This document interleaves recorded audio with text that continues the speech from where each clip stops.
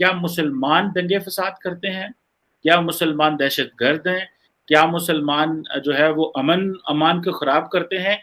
या कि आप समझते हैं कि 75 साल बाद या 70 साल बाद इंडिया के अंदर एक खास सियासी जमात समझ रही है कि 1947 से उनसे एक गलती हो गई, इंडिया को एक सेकुलर नहीं, एक एक हिंदू स्टेट होनी चाहिए थी। Gives them the authority to demolish the house.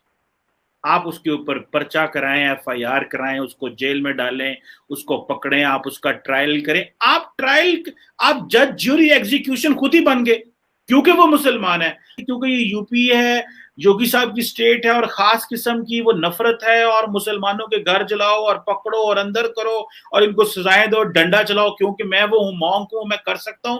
तो फिर हमें ये भी होता है यार ये क्या हो रहा है। और अगर पाकिस्तान में अगर अहमदियों के साथ होगा, ईसाइयों के साथ होगा, तो मैं तो बोलूंगा, मेरे अंदर तो इतना हौसला है भाई, दुनिया में कहीं भी होगा मैं बोलूंगा, मैं खामोश नहीं रह सकता। भले मेरी आवाज छोटी हो, मेरी आवाज इतनी ज्यादा एम्पलीफाइड ना हो, मैं बोलूंगा। यूपी के अंदर मुसलमानों के घर डिमोलिश किए जा रहे हैं, इसके पीछे क्या स्टोरी है? और ये भारतीय जनता पार्टी जो कि मेजॉरिटी में है, जो कि ताकत में है, वो क्यों ये करके कर रही है? रिसेंटली हमें पता चला था कि बीजेपी इन मसाइल से गुजर रही है कि उनका इमेज प्रॉब्लम बहुत ज्यादा सीरियस है, और ये हो भी रहा है। जो योगी आदित्यनाथ साहब हैं, जो वहां पे चीफ मिनिस्टर हैं, सेकंड टाइम वहां पे एज ए सीएम आए हैं, उनकी स्टेट में हो रहा है। उनके बारे में तो पहले ही वो एक रिलीजियस मॉन्क हैं, गो के उनके बारे में तासुर ये है कि ही इज अ डूअर, वो डिलीवर करते हैं।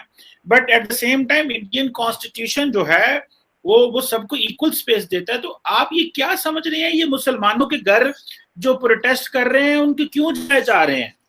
तो कुछ चीजें यहाँ क्लियर करना बहुत जरूरी है। एक जो आप धारणा बना रहे हैं, एक परसेप्शन बना रहे हैं, मुसलमानों के घर ढाए जा रहे हैं, ये है वो है। अब थोड़ा लॉजिक की बात करें। देखिए, कानपुर में करीब 5.5 लाख मुसलमान रहते हैं। 5.5 लाख, 2 लाख से ज्यादा मुसलमानों के घर वहां पे। और जिस व्यक्ति की बात करें जिसका घर डिमोलिश किया गया, उसके वो इस सारी वायलेंस को ऑर्केस्ट्रेट करता है, उसको फंड करता है, उसको प्रवोक करता है। Orchestrating, funding, प्रवोकिंग। और जब डिमोलिशन के पहले तलाशी ली गई तो वहां असला भी मिला, वहां गोलियां भी मिली, वहां मैप्स भी मिले और झंडे भी मिले। तो एक पूरी प्लान साजिश के तहत सोसाइटी को डिवाइड करना, देश का नाम खराब करना। आपको याद होगा चीमा साहब, कुछ दिन पहले वहां एक इन्वेस्टर्स मीट हुई थी, ठीक उसके 24 घंटे में, 48 घंटे में ये घटना घटती है।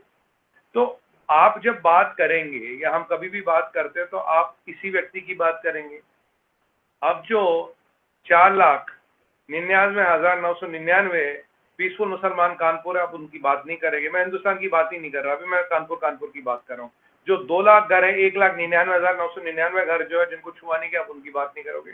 और बाकी बात जो इंपॉर्टेंट है, इस बंदे की ये प्रॉपर्टी इलीगल थी, इसके टैक्स रिटर्न नहीं है, इसकी प्रॉपर्टी इलीगल है, इसको नोटिस दिया गया। और जब ये पाया गया कि अपनी इस प्रॉपर्टी और इलीगल जो इस पे कंस्ट्रक्शन की थी, उसको एज वायलेंस का अड्डा बना रहा है, एपिसेंटर बना रहा है, जहां से ये सारा एक्टिविटी को कोऑर्डिनेट किया जा रहा है। क्योंकि at the end of the day जो योगी आदित्यनाथ जी है, he is responsible for my safety as a citizen. I might be Hindu, I might be Muslim, I might be Sikh, I might be ईसाई।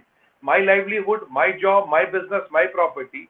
भाई कुछ लोगों को ऐसे थोड़ी ना खुला छोड़ देंगे कि वो जाके सब जगह अपने हिसाब से करे, अपनी ऐसी ऐसी मतलब ना अपनी ऐसा सिस्टम चला कि सबकी ऐसी तैसी कर दे।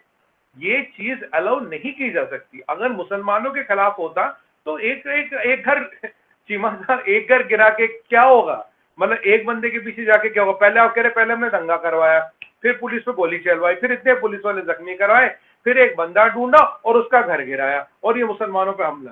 अरे सर, कहा ये? It doesn't meet logic. आप बुरहान वानी की बात करते पर लेफ्टिनेंट उमर फयाज की बात नहीं करते। आप एक टेररिस्ट की बात करते पर एक मौलाना अब्दुल कलाम आजाद से पैट्रियट की बात नहीं करते। आप ब्रिगेडियर उस्मान की बात नहीं करते। आप वो बात, क्योंकि वो पॉलिटिकली आपके नैरेटिव को सूट नहीं करता। हमें समझ आता है, सबको समझ आता है, सबको सबको बहुत क्लियर समझ आता है पॉलिटिकली। ये जो पत्थर लगाने वाला है, जो आर्सन करने वाला है, जो वायलेंस करने वाला है, इसी का नाम आप क्या काफी सारे इंटरनेशनल इदारे ले रहे हैं। पर ये जो बहुत बड़ा समुंदर है, जो शांत है, शांति प्रिय और अपना काम धंधा कर रहा है, जिसको पता है क्या हो रहा है, उसका नाम कोई ले ही नहीं रहा। ये हिपोक्रेसी नहीं तो और क्या है? एंड एक चीज आपको ये भी बोलना चाहूंगा, बहुत जरूरी है, देखिए चीमा साहब, कोई एक्शन होनी चाहिए प्रिवेंटिव। अगर इस बंदे को नहीं रोका जाता तो आज ये कुछ कर रहा था, कल कुछ और करता, परसों कुछ और करता, तो मेरी जानो माल का हिफाजत करना क्या सरकार की जिम्मेदारी नहीं है?